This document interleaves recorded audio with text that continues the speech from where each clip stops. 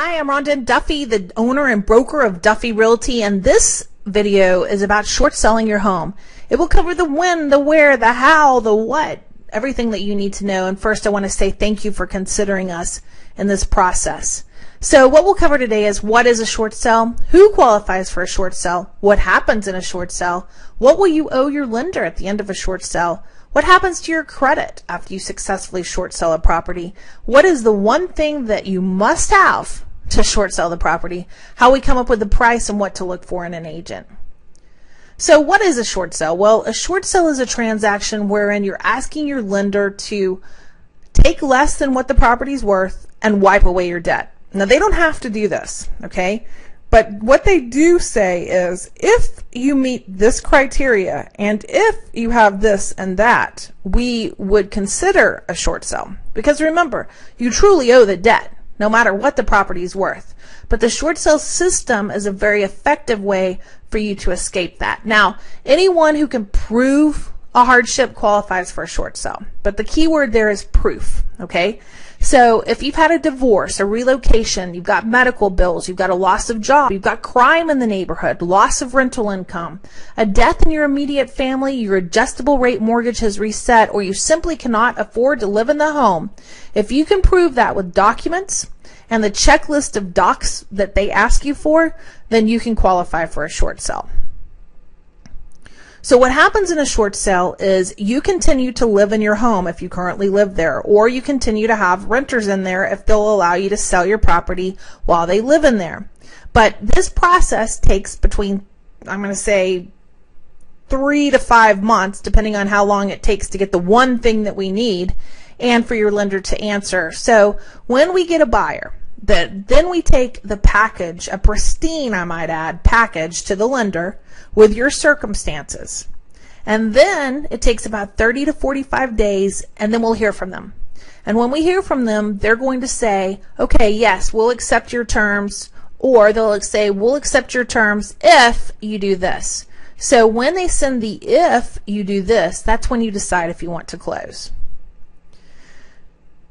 A lot of people say, well, what will be the if, right? What will I owe the lender? Well, some lenders may ask you for a small contribution and others may ask you for nothing, okay? It just depends on the lender's criteria and who the lender is and what they're doing at the moment, all right?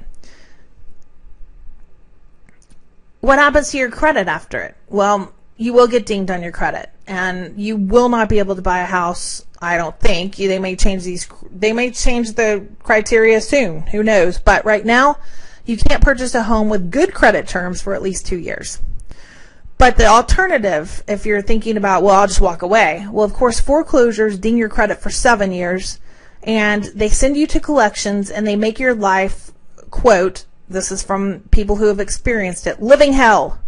So I think the alternative of a short sale versus a foreclosure is much better for not only your credit, your psyche, and your wallet, but also just because it's an option that you have that allows you to do the right thing. That's what most sellers report when they go through the short sale process of why they want to do a short sale. So there is something that you need to know, though. We can sit around and talk about it all day long, the semantics of how you need, a short sell, and you got this or that, and you're in this much debt and blah blah blah. But what we need is a buyer. All right. So you have to make your home a product worthy of a buyer's attention. Just because the price is lower than what would be a traditional fair market value, it's not that much lower, and it requires some diligence on your part. Okay. Nothing happens without a buyer. Because the reason that the bank would accept doing a short sell is because we've arranged it to be taken off their hands. If they foreclose, they've got it in their inventory. And if they short sell, they've got it off their hands. So you've got to remember that we've got to find someone who wants to take it off their hands. How do we come up with a price? Well, this shocks a lot of people, but because I think a lot of people just have the notion, well, bank's negotiable, they want it off their hands, they'll do anything. No, they won't. They have a certain lender criteria and ratio that they use, and that's based on your private mortgage insurance. So if VA, FHA, all the independent private mortgage insurance, Fannie, Freddie, any of those places did your loan, they're the ones who are actually going to be paying the difference to the bank. All right. So the bank is not going to take a loss. They won't. They'd rather foreclose and put it on their books than take a loss. So it's very precise in how we calculate this. And most of the time, once we calculate back in the commissions, the liens, any tax liens that you have, HOA fees that are due, that sort of thing, second mortgage, an additional insurance provider. Once we put all of that in place, we usually end up selling it around 92% of the price of fair market value. So that's why I say that it's critical to come up with a buyer. Buyers in this market like to go around at the first of their transaction saying, well, I'm going to buy a house at 60 cents on the dollar. Well, that's not what this house is going to be priced at. But short sales are still a great value, and a lot of buyers are attracted to them. We just have to make sure that your product looks worthy for their attention. So what do you need to look for in a short sale agent? Well, this is critical, in my opinion. Most agents report that they only close 25% of their short sale listings. There's a couple reasons for that. Number one, they don't set up the price correctly. So then when the bank gets the offer, that's too low, because the bank's going to order an appraisal of their own. So if it's not calculated based on fair market value the way I just described it, and it's calculated too low, they can't sell it. The buyer's already gotten in their head for 2 or 3 months that they're buying it for, let's say, $50,000, and instead the bank wants $100,000. That doesn't work, and it just puts you as the homeowner in more danger of going towards foreclosure, because most likely you've stopped making your payments. Also, there's a lot of care and requirements in proving your hardship, right? That can't just be sent over to the bank just haphazardly.